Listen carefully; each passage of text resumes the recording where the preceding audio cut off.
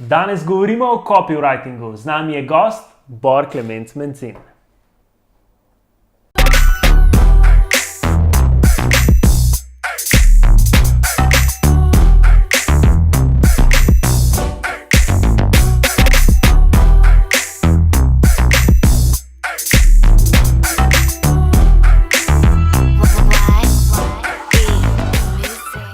Dober dan, dobrodošli v novi oddaji Point Out Weekly. Danes imamo z nami enega super gosta, Bora. Živijo Bor, zdravo. Preden gremo v samo oddajo oziroma tematiko te oddaje, govorili bomo namreč o copywritingu.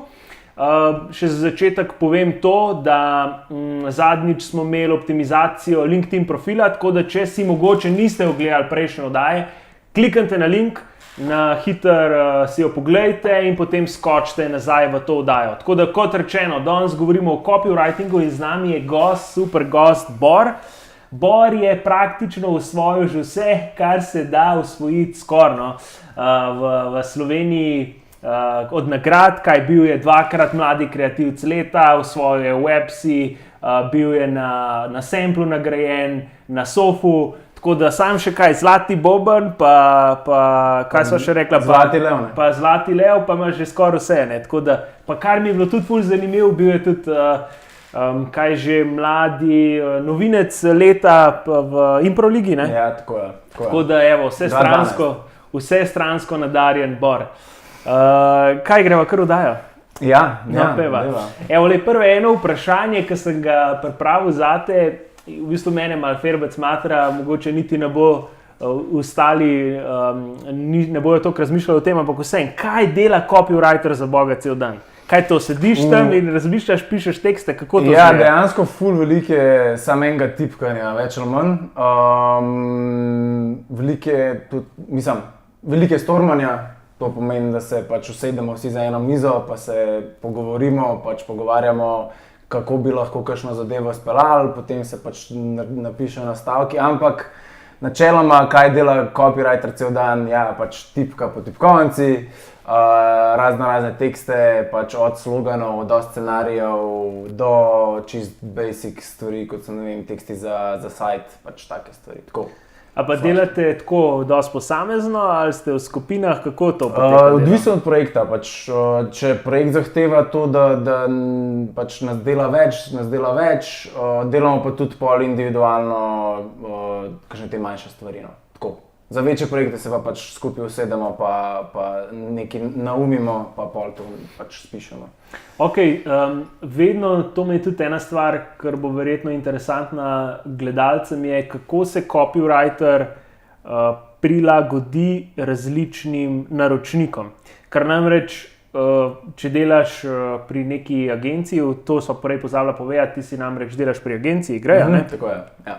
Tako da, ki ima sigurno več naročnikov, ne? Zdaj pa, a ste copywriteri zadolženi za posamezne naročnike, tako da imaš enega, dva, ali skačeš od več naročnikov? Kako to običajno poteka? Smo razdeljeni naročnike, sam s tem, da v Sloveniji ni tako, da imaš samo enega ali pa dva, ampak imaš ponovadi 3 ali pa 4 ali pa 5 ali pa 6, pač odvisen. Ampak ja, imaš ene naročnike, ki so ti določeni, na kakšnih delaš pač sam, na kakšnih delaš skupaj. Oziroma po potrebi, pač, kot sem rekel prej, se pač naredi ekipa in se za določeno kampanjo pač potem vsi skupaj pomenimo in organiziramo.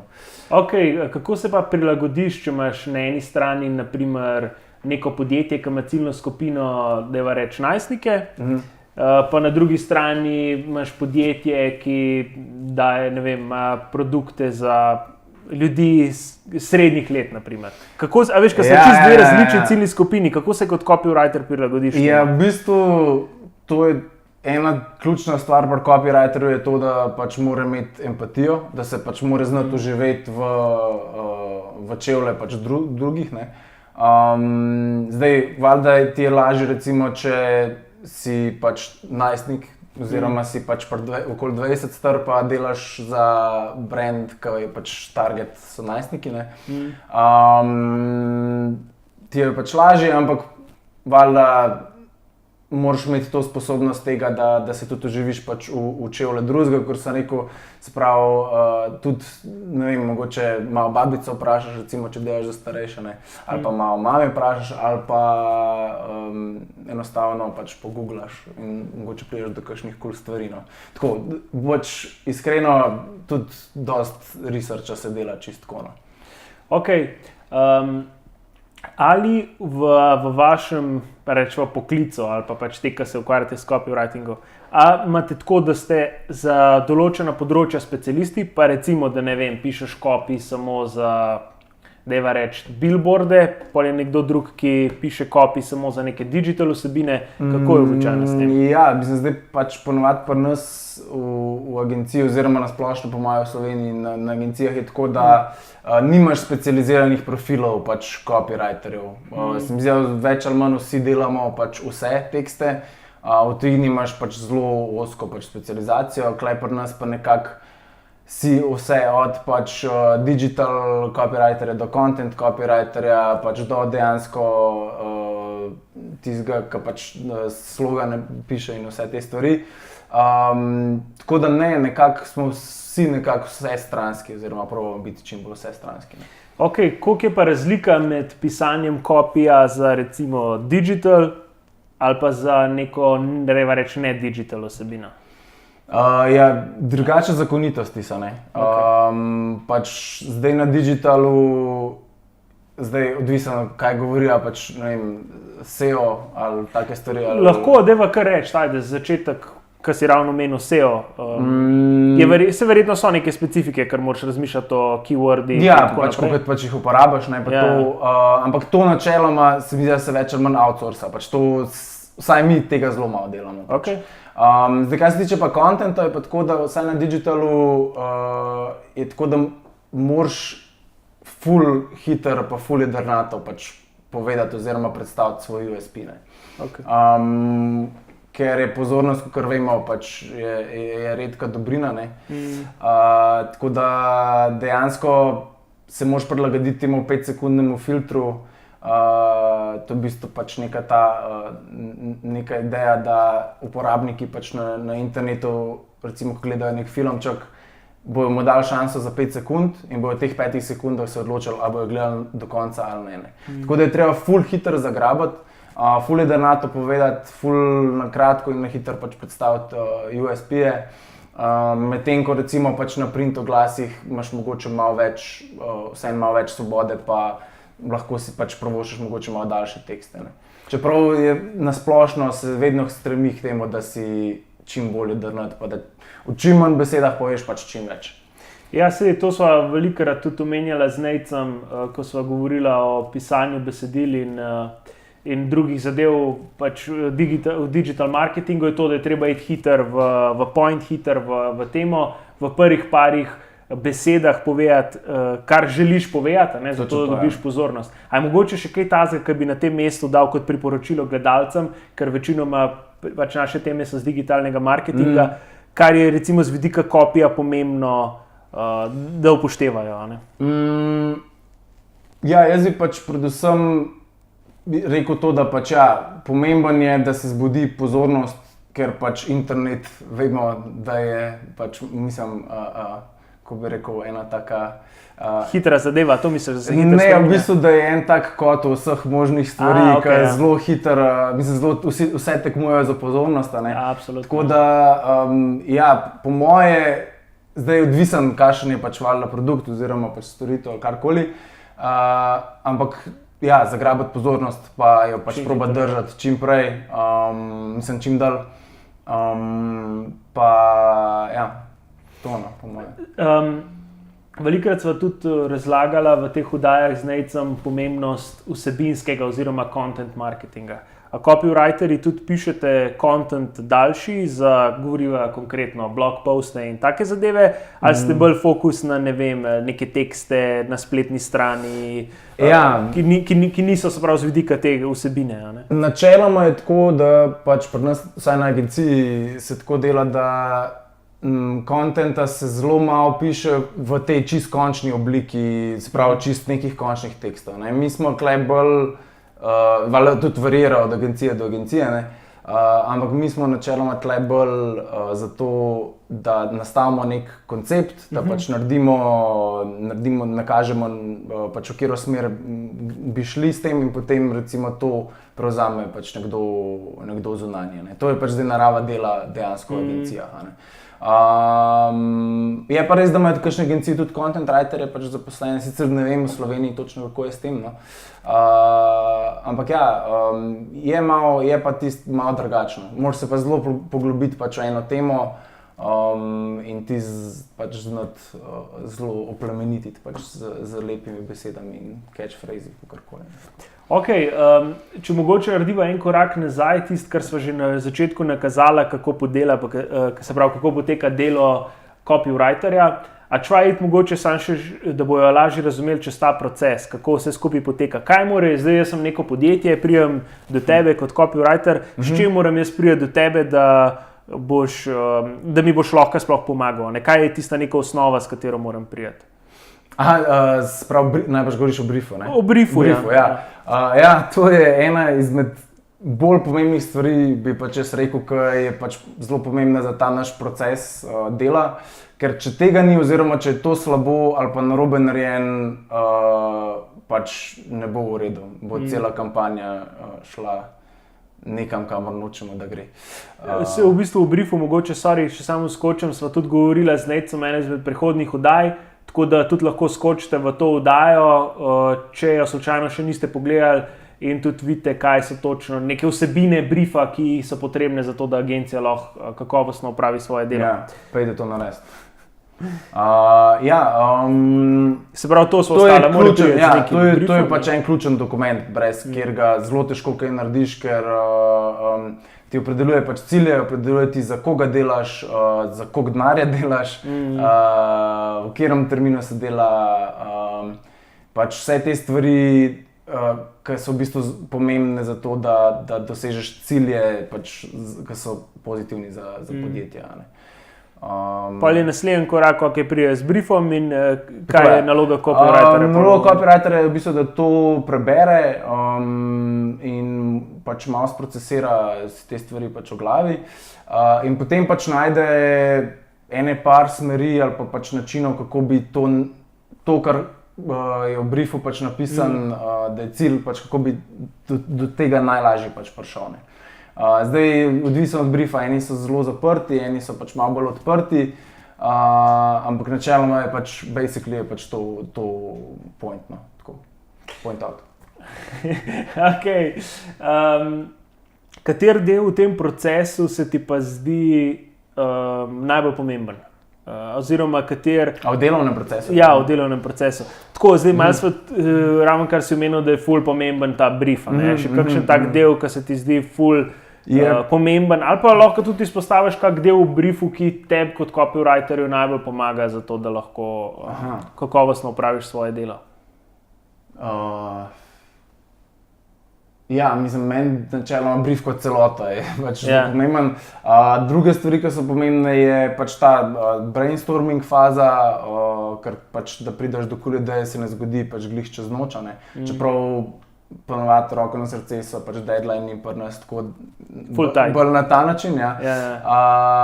Ampak ne, pač moraš nekaj časa pustiti, da se pač, da se marinira v tvoji glavi, da pač prideš z kakšnim seznamom pač možnih smeri, kam bi lahko zapeljal to komunikacijo, ne. In pol pač kot copywriter imaš vedno enega kreativnega direktorja nad sabo, s katerim se v bistvu pol posvetuješ o tem, kjer je primeren angle, kako se pač tega lotiti, ne. In potem sledi spet še ena faza tega pač stormanja, kjer se v bistvu bolj finalizira neke stvari, neke tekste, neke scenarije, neke pač ideje na splošno, no. In potem je pač tudi zelo pomemben del prezentacija, sprav, eno je pač oblikovanje prezentacije, pol drugo je pa dejansko prezentacija sama, na katero se je pač dobro pripraviti, če imaš čas. Če nimaš, pa pač probaš improvizirati, včasih rata, včasih ne. Koliko je pa ta proces, razumem, da so roki običajno ful kratki, a ne? Ampak koliko je tak nek normalna dolžina tega procesa, ki jo copywriter potrebuje, da lahko... Zdaj govoriš o optimalni dolžini. Tako je. Jaz bi rekel tam okoli kakšnega tedna. Teden je recimo, okay. Ampak zdaj spet odvisen, spet tudi od skala celotne kampanje, kaj hočemo. Da sejš, mislim, za kakšne stvari ste dovolj že en dan, če so manjše, za kakšne tudi 2 tedna rabo, da se pač face pripraviš na to. Sploh še v toku ostalih projektov, ki prihajajo. Tako da, mislim, malo je razlika v tem, da pač, ko delaš na agenciji, delaš več projektov hkrati, pač ponovadi ne zgodi se tako, da boš en teden lahko samo na eni stvari delal, vsaj ne tle pri nas. Tako da v bistvu moraš sporedno furati pač več stvari. Kdaj se ti pa zdi, da pride točka v nekem podjetju, ko morajo skoraj nujno najeti neko zunanjo pomoč, zato da lahko copy kakovostno zapeljejo? Ker sigurno do določene mere, sploh pri mogoče nekih manjših projektih, lahko naročniki sami tudi poskrbijo, oziroma podjetja sami poskrbijo za copy, ampak kdaj se ti zdi, da je tisti res ključen trenutek, ko pa si morajo podjetja reči, ok, zdaj pa nujno potrebujem pomoč, da to res dejansko jaz bi rekel, da je to takrat, ko podjetje predstavlja nek nov produkt ali pa storitev, ki se jim zdi pomembna. Mislim, zdaj, če na redni bazi pač neke stvari daje ven, ima najbrž to že in-house pač urejen. Pa ko hoče recimo doseči kakšno novo pač ciljno publiko, oziroma kadar hoče najaviti neko pač večjo spremembo po svoji blagovni znamki oziroma pač v podjetju. To je pač zelo odvisno od tega, o čem govoriva pač. A da šel na tej točki mogoče kak nasvet, kje pa lahko vsaj deloma pridobijo neka znanja, da bodo lahko se izboljšali v tem copywritingu? Recimo kako, kot podvprašanje, kje ti črpaš tiste ideje, razen iz raziskave, ampak tudi tako best cases, najboljše primere, tako copywriting. Jaz na splošno pač tako nisem neki full digger, ampak načeloma Adweek, AdAge, kaj še kaj tazga. To so vse spletne strani, kjer so primeri v bistvu glasno. Ki so v bistvu casey, Ads of the World, take stvari. Mislim, tudi na Facebooku je pač milijon teh sajtov oziroma pageov, kjer pač lahko pač polajkaš in v bistvu pol feed dobivaš full enih teh vedno svežih caseov. Tako da jaz se večinoma pač teh držim.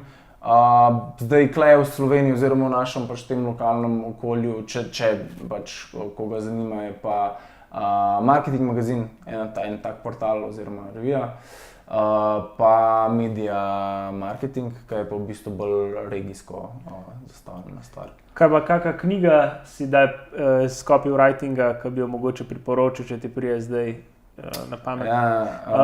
Ena, ki meni ravno kar prišla, na pamet, pa lahko poveš, a se ti zdi dobra ali ne, Copywriter's Handbook. Si prebral? Ne. Ne, nisi. Iskreno. Jaz moram priznati, da tako zelo, kar se tiče tega akademske usmerjenosti, probam biti bolj praktik, kakor pa teoretik. The best, tako da pač ne mi zamerno, ampak mogoče lahko po tem ti povem še za kakšno stvar. The best, pa bomo dali pol komentarja. Evo, the best. Evo še, zdaj se počasi pomikava proti koncu. Mogoče še te nekaj zadnje vprašanje ali dva.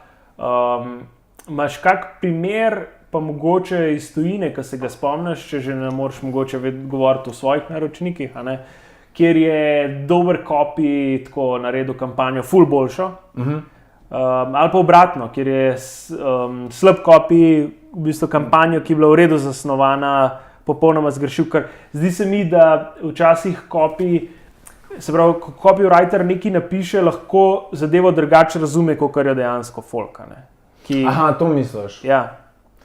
Mislim, jaz bi tako rekel, copywriting je tako drugače zelo splošna stvar, bi jaz rekel. To zdaj, če govorimo zdaj konkretno o besedah oziroma o sloganih, ali govorimo o tem, lahko govorimo tudi dejansko o videih, pač o pač print oglasih, kakorkoli, pač ful je na široko zastavljeno. Ampak recimo ena taka stvar, ki se mi zdi, da kjer je pač copywriting res super bil, so v bistvu reklame za oziroma oglasi, za ene zavarovalnice iz Tajske. Okay. Meni se imenuje Thai Life Insurance.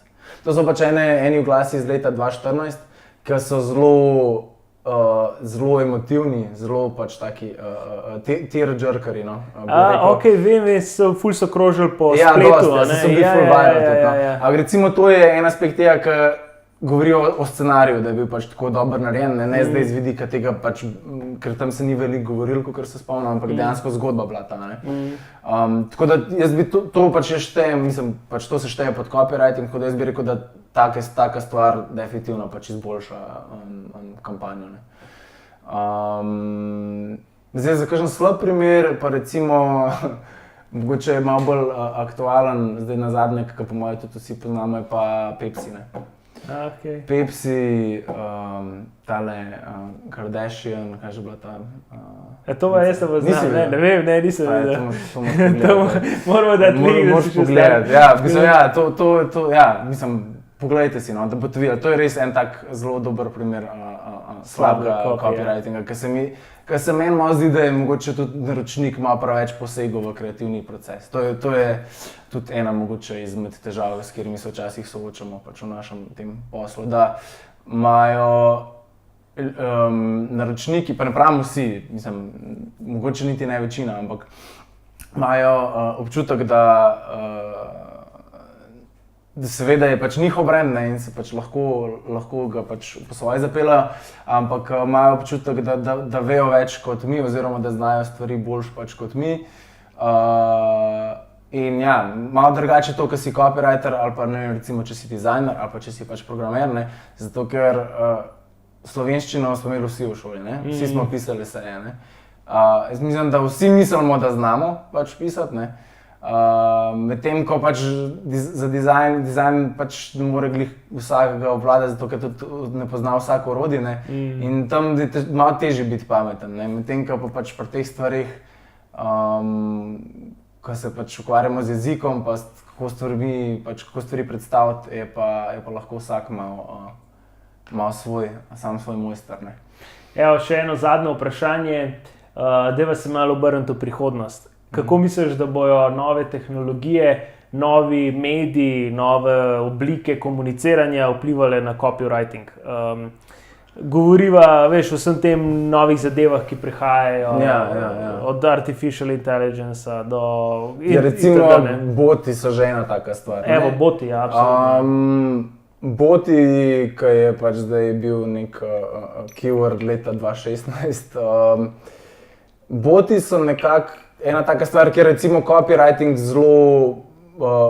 ima zelo velik zraven. Pač ti moraš pač počlovečiti oziroma pač vdahniti dušo robotu, ne? Zato da je pač bolj topo, bolj človeški.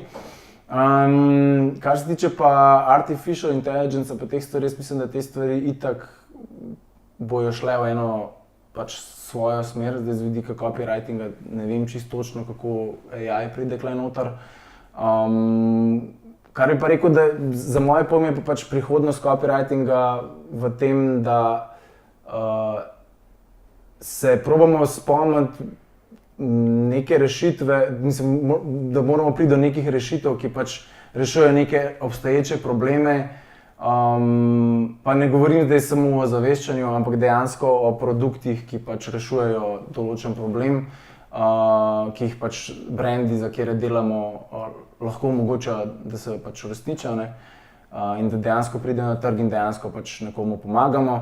Recimo ena od teh stvari je pač ta Volvo Life Paint, ki je dejansko pač spray can, ki si ga ti našpreješ na jacket in dejansko, ko gre avto mimo z reflektorji, se ti pač odbija stran.